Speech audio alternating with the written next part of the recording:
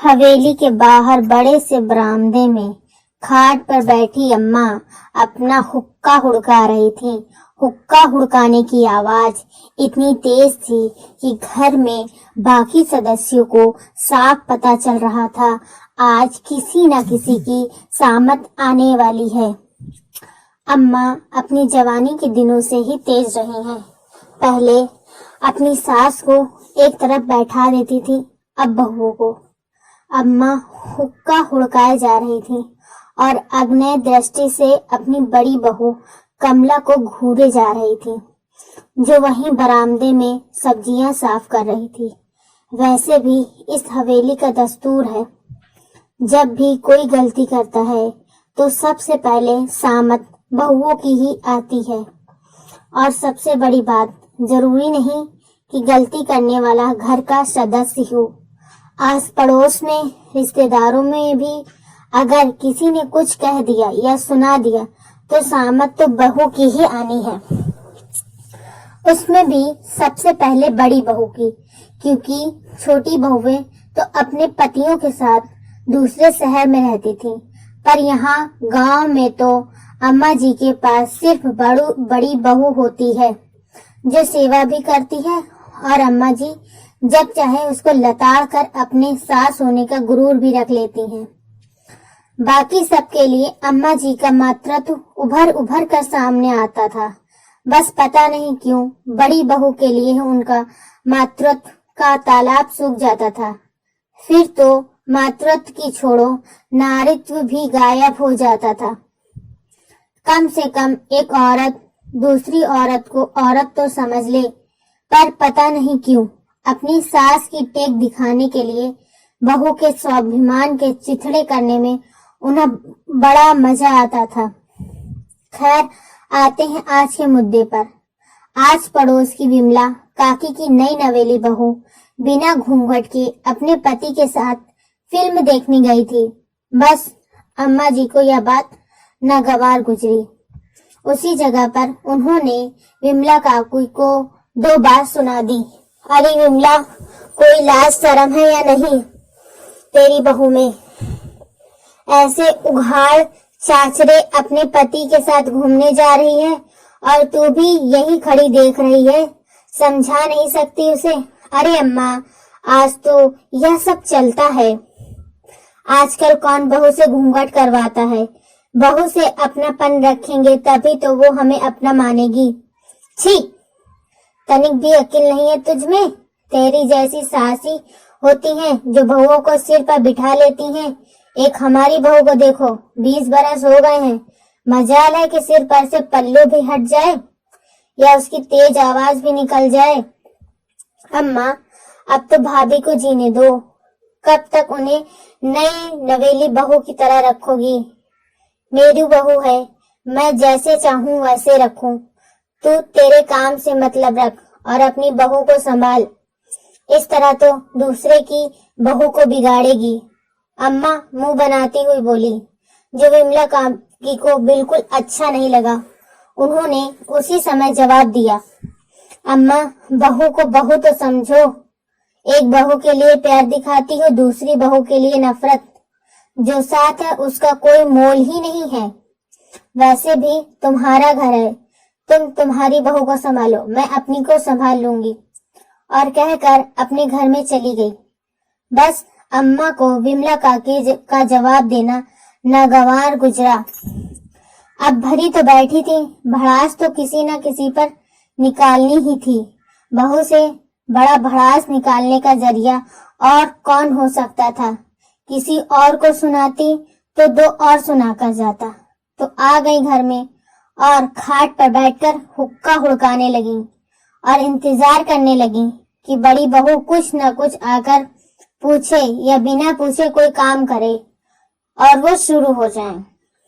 इतने में बड़ी बहू उठकर आई और अम्मा जी से बोली, अम्मा जी, क्या सब्जी खाओगी? बता दो, जो खाना है बना दूं। हाँ, काहे पूछ रही है? तू भी अपनी मनमर्जी की कर। अम्मा जी, हमने काहे की मनमर्जी कर ली? हम तो चुपचाप अपना काम कर रहे हैं। मुझसे जबान लड़ा रही है? ज्यादा पर निकल आए हैं तेरे। यही सिखाया तेरे माँ बाप ने। आने दे मेरे बेटे को, बताती हूँ तुझे आज। वही तेरे पर कर तेरा सास हूँ मैं तेरी, समझी तू। इतने में अम्मा जी का बेटा रामेश्वर भी आ गया। बस फिर तो क्या था, अम्मा जी को पूरा मौका मिल गया बड़ी बहू की हालत खस्ता करने का। उसे देखते ही बोली, देख ले तेरी पत्नी को, आज जवाब दे रही है मुझे। जबान खुलने लगी है मेरे सामने इसकी। बस यही दिन देखना बाकी रह गया था। इससे तो अच्छा तेरे बापू के साथ ही भगवान मुझे भी उठा लेता। अब थका हारा इंसान घर आए और उसी समय यह सब सुनने को मिले तो दिमाग खराब होना लाजमी है। तो उनके बेटे ने भी चिल्लाना शुरू कर दिया, अम्मा से जबान लड़ाने की हिम्मत कैसे हुई तेरी? सास है वो तेरी और सास ही रहेगी। हमेशा उनके सिर पर चढ़ने की जरूरत नहीं है, नहीं तो घर से धक्के देकर निकाल दूंगा। न घर की रहेगी न घाट की। बाबा, आप माँ से इस तरह से कैसे बोल रहे हैं? माँ ने तो अम्मा को कुछ बोला ही नहीं। जो इतने में 16 वर्षीय बेटा हरि भी बोला, जो इतनी देर से अम्मा का तमाशा देख रहा था। उसे देखकर अम्मा छाती पीटते हुए बोली, हाय राम, बस अब यही दिन देखना बाकी रह गया था। ले, मेरे पोते को भी मेरे खिलाफ भड़काने लगी। अब तो ये मेरी अम्मा के बारे में इस तरह बोलने की तेरी हिम्मत कैसे हुई? रुक, तुझे अभी बताता हूँ मैं। अपने बाप के सामने जबान चलाता है। रामेश्वर आगे बढ़कर हरि पर हाथ उठाने ही लगा था कि कमला ने हाथ पकड़ ही लिया। रामेश्वर ने उसे लगभग धक्का मारते हुए कहा, तेरी हिम्मत कैसे हुई मेरा हाथ पकड़ने की? यही सब सिखा रखी है तू अपने बेटे को कि अपने बाप के खिलाफ बोले? धक्का लगने पर कमला नीचे जमीन पर जा गिरी, यहाँ तक कि उसका पल्लू सिर से हट भी गया। उसे देखते ही अम्मा ने कहा, इसके साथ तो ऐसा ही होना चाहिए। सास की सास बनने की कोशिश कर रही है, अपने बेटे को भी सपोला बना लिया, जो अपने बाप को भी डसने की कोशिश कर रहा है। बस अम्मा जी, बहुत हो गया। 20 बरस से बर्दाश्त कर रही हूँ। हर बार आप अपनी सास बने की टेक दिखाने के लिए मेरे स्वाभिमान के चिथड़े चिथड़े कर देती हो, पर अब और नहीं। खुद का बेटा खुद के पक्ष में बोले तो कितना अच्छा लगता है, लेकिन अगर बहू का बेटा उसके पक्ष में बोल दे तो उसे सपोले का दर्जा दे दिया। खबरदार मेरे बेटे के बारे में कुछ भी कहा तो आज तक जिसने मेरी आवाज नहीं सुनी वो भी मेरी आवाज सुनेगा फिर। कहती हुई कमला डटकर अपने बेटे के सामने खड़ी हो गई। देखकर अम्मा जी और रामेश्वर दोनों चौंक गए। अम्मा जी रामेश्वर की तरफ देखने लगी, पर रामेश्वर से एक बोल ना बोलते बना। अरे तू खड़ा खड़ा देख क्या रहा है? जबान मुंह में ही बंद हो गई क्या? तेरे सामने तेरी पत्नी इतनी जोर से बोल रही है, वह भी उघाड़ चाचरे, और तू है कि सुने जा रहा है? अम्मा जो आज तक न बोली वो अब जाकर बोली है। कहीं ना कहीं गलती तो हमारी भी रही होगी।